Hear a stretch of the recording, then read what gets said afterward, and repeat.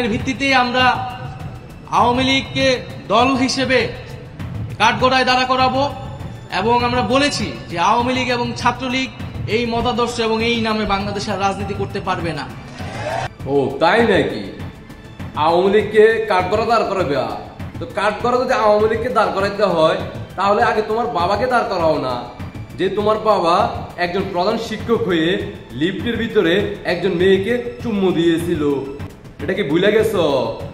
তাহলে আগে তোমার বাবাকে কাঠগড়া দাঁড় করাও না।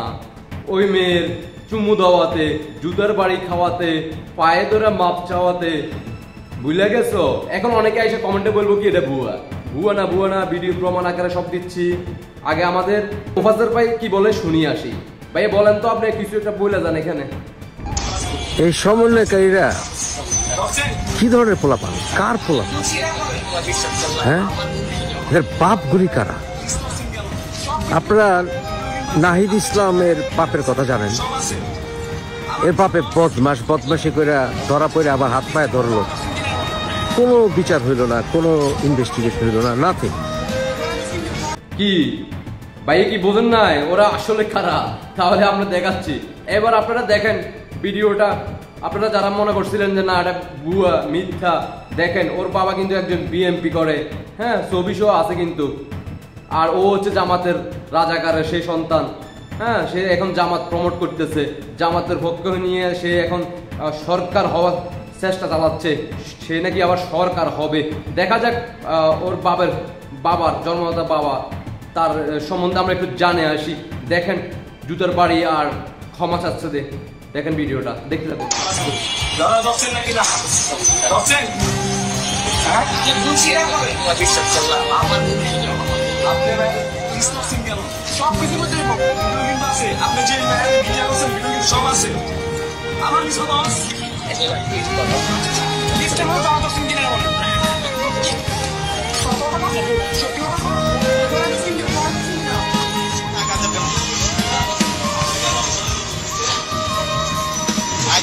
এলে আমার বড় হবে, মাকে বলতো সে কথা, মানুষের মতো মানুষ ইতিহাসের পাতায় নিখাতে খেতে পারতাম না। কি দেখলেন তো? এবার তো বিশ্বাস হচ্ছে নাকি এখনো ভুয়া? তাহলে তার বাবাকে যা জিজ্ঞেস করেন নাহিদ কি তার ছেলে, নাকি ছেলেকে যে জিজ্ঞেস করেন নাহিদকে জিজ্ঞেস করেন সে কি তার বাপ কিনা। হ্যাঁ, মা সহ ভাই সহ ছবি সহ আমি দিয়ে দিলাম। তারপরে যদি বলেন যে না এটা মিথ্যা গুজব, তাহলে ইতিহাস ভালো করে তদন্ত করে তারপরে দেখে আসেন। আর বেশি একটা অন্য কিছু প্রয়োজন নাই তো, এখানে তো ভিডিও ফুটেজ, তাই না? তো ওটা আবার আপনার ওর বাবাকে যদি যারা চেনেন তারা তো চেনে নেই, আর যারা চেনেন না তারা তার কিছু বইলা লাভ নাই, আপনারা নিজে গিয়ে দেখে আসবেন। তো উনি এখন হ্যাঁ আওয়ামী লীগকে রাজনীতি করতে দেবে না, কারণ ওর বাপ তো রাজনীতি করে, তো ওর বাপ তো বাংলাদেশ স্বাধীন করছিল, এই জন্য সে আওয়ামী লীগকে রাজনীতি করতে দেবে না। নাহিদ সাহেব ওই যে কাফি ইনকলাব জিন্দাবাদ হয়ে গেছে, নিউজ তো অলরেডি শুনে গেছেন নাকি এখনো শোনেন নাই? ইনকলাব জিন্দাবাদ হয়ে গেছে অলরেডি, হ্যাঁ। এখনো জয় বাংলার সৈনিকদের থাবা দেয় নাই, জয় বাংলার সৈনিকদের থাবা আসবে পরবর্তীতে, যখন বাংলাদেশের সাধারণ জনগণ ব্যর্থ হয়ে যাবে, হ্যাঁ, তারপরে যায় জয় বাংলার সৈনিকেরা থাবা দিবে। আর তোমাদের যে সময় যে ঘনিয়ে আসছে, হ্যাঁ, তোমরা মৃত্যুর আগে যখন মানুষ চটপট করে না তখন এই আজরাইল যখন চলে আসে তখন একটু চটপট বাইরে যায় আর কি। তো তোমাদের এরকম চটপট বাইরে গেছে, সমস্যা নাই, অপেক্ষা করো। জয় বাংলা সৈনিকেরা কি বাংলাদেশে কি রাজনীতি করতে করার অধিকার রাখে, নাকি প্রধানমন্ত্রী সামনে আসতেছে মাননীয় প্রধানমন্ত্রী আবারও, সেটা সময়ের অপেক্ষা করেন। প্রিয়, দেখা হবে জিন্নাতের বংশ সন্তানদের সাথে। 32 নম্বর বাড়ি আগুন দিছ, 32 নম্বর বাড়ি বাংশ, উল্লাস করছো, ইনকলাব জিন্দাবাদ হইছ, করতেছ, রাজাকারদেরকে প্রমোট করতেছ, সাধারণ জনগণের টাকা মাইরা খাইয়া, হ্যাঁ, আহতদেরকে এখন চিকিৎসা করতেছো না। তোমরা বিয়ে নিয়ে আমার ফুর্তি করতেছ, মেয়ে নিয়ে আনন্দ উৎসব করতেছ। তোমার বাপের চরিত্র সম্বন্ধে বাংলাদেশের মানুষ ইতিমধ্যে জানা গেছে, আর তুমি আসছো এখন আওয়ামী লীগকে রাজনীতি করার থেকে বিরত রাখবা। তোমার শক্তি বাইরে গেছে, সমস্যা না, শক্তি কতটুকু বাড়ছে, তেল কতটুকু আসছে না আসছে এটা আমরা পরবর্তীতে দেখাই দিবনি। বাংলাদেশের জনগণ বুঝাই দিবে যে 24-এর রাজাকার বংশের সন্তানরা এই বাংলাদেশের মাটি থাকবে নাকি জয় বাংলার সৈনিকেরা থাকবে, সেটা সময়ের তালে তালে পরিবর্তন হচ্ছে। মানুষ এখন বুঝে গেছে যে তোমরা 24-এ 5 জুলাই আগস্টের পরে এ পর্যন্ত তোমাদের যে গোপন তথ্য, গোপন মিশন সবকিছু তোমরা নিজেরাই প্রকাশ করছো। কারা কারা জড়িত ছিল, কারা কারা কোন থেকে নিয়ে আসছো, তোমরা কি আসলে কি বাংলাদেশকে ভালোবাসো নাকি পাকিস্তানের বংশধর, তোমরা বাংলাদেশকে ভালোবাসো নাকি পাকিস্তানকে ভালোবাসো, এটা ইতিমধ্যে বাংলাদেশের যারা সত্যিকারই বাংলাদেশকে ভালোবাসে তারা অলরেডি বুঝে গেছে। তোমরা যে বাংলাদেশের সাধারণ ছাত্রছাত্রীদের বাংলাদেশের আবেগ নিয়ে তোমরা খেলছো, কোটা আন্দোলনকে ইস্যু করে, সেটা তো বাংলাদেশের মানুষ এখন বুঝছে তোমরা আসলে কি চাও। তোমরা কি বাংলাদেশকে উন্নয়নের দিকে চাচ্ছ নাকি বাংলাদেশকে ডাউন করার জন্য চেষ্টা করতেছ? তোমরা যদি বাংলাদেশকে উন্নয়ন করতা তাহলে বাংলাদেশের অর্থনৈতিক সম্পদগুলা তোমরা গার্মেন্টস শ্রমিক থেকে শুরু করে এ পর্যন্ত একটা সম্পদও তোমরা রাখো নাই, যেগুলো মাননীয় প্রধানমন্ত্রী শেখ হাসিনা ইতিমধ্যে গত 16 বছর করে দিছে, সেগুলো তোমরা ধীরে ধীরে তোমরা ভাঙচুর করতেছ।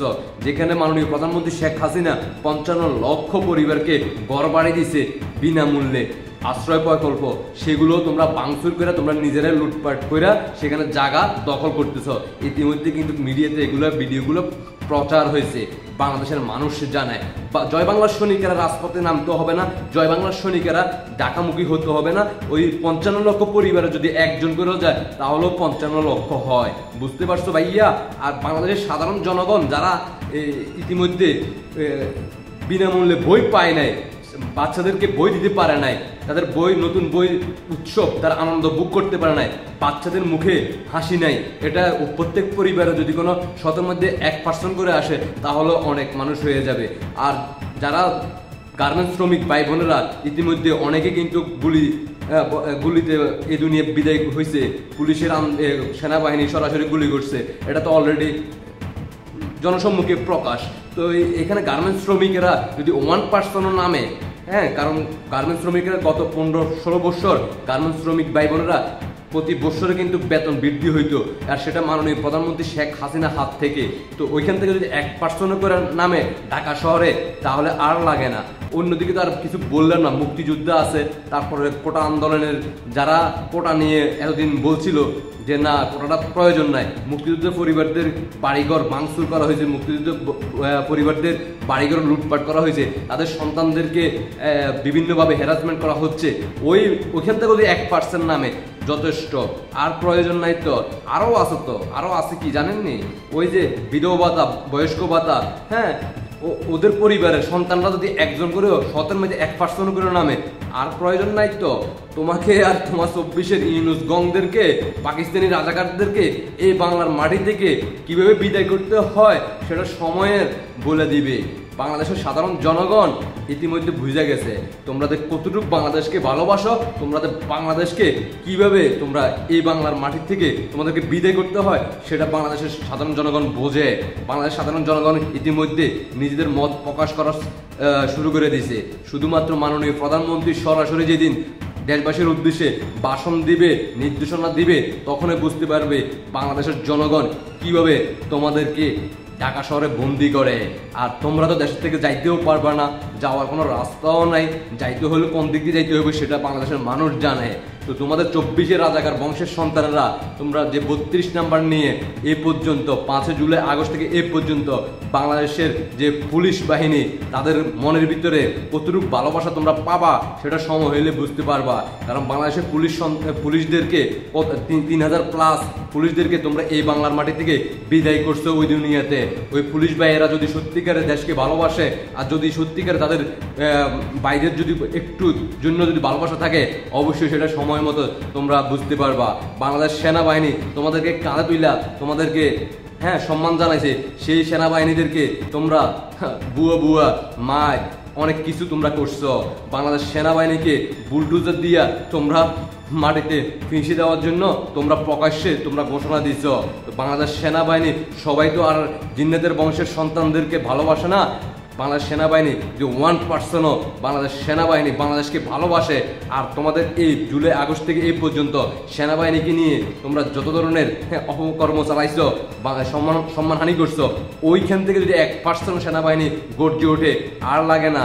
জয় বাংলা সৈনিকরা অনেক দূরে, জয় বাংলার সৈনিকরা অনেক দূরে, 71 সৈনিকরা অনেক দূরে, অপেক্ষা করো প্রিয়, দেখা হবে তোমার সাথে।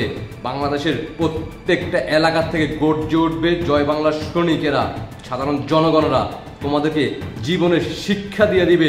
ভবিষ্যতে বাংলার মাটিতে পাকিস্তানি কোনো সন্তান পাকিস্তান জিন্দাবাদ, ইনকলাব জিন্দাবাদ শব্দ করার কোনো লোক থাকবে না ইনশাআল্লাহ। জয় বাংলার সৈনিকেরা, ৭১-এর সৈনিকেরা, মুক্তিযুদ্ধের সৈনিকেরা গর্জে উঠবে। মাননীয় প্রধানমন্ত্রী শেখ হাসিনাকে আবারও দায়িত্ব বুঝে দেওয়ার পরে তারপর বাংলাদেশে জয় বাংলার সৈনিকেরা ঘরে ফিরে যাবে। ইয়ার আগ মুহূর্ত জন্য এক বিন্দু পরিমাণও তারা ঘরে ফিরে যাবে না ইনশাআল্লাহ। জয় নিয়ে আমরা ঘরে ফিরব, জয় আমাদের, বিজয় আমাদের ইনশাআল্লাহ সুনিশ্চিত। বিজয় নিয়ে আমরা ঘরে ফিরব। মাননীয় প্রধানমন্ত্রী শেখ হাসিনাকে দায়িত্ব বুঝে দিয়ে তারপরে আমরা জয় বাংলার সৈনিকেরা, জিন্নাতের সেই সকল সদস্য যারা বঙ্গবন্ধুর ৩২ নম্বর বাড়ি নিয়েও আনন্দ উৎসব করছিলা, তোমরা প্রস্তুত থাকো, দেখা হবে প্রিয়। আশা করি সবাই বুঝতে পারছেন। সবাইকে অসংখ্য ধন্যবাদ। জয় বাংলার সৈনিক ভাই বোনেরা, কে কোথা থেকে দেখতেছেন জানাতে পারেন কমেন্টে। দেশে প্রবাসে যেখানে থাকুন না কেন আপনি জানাইতে পারেন আপনার ব্যক্তিগত মতামত। আশা করি সবাই বুঝতে পারছেন।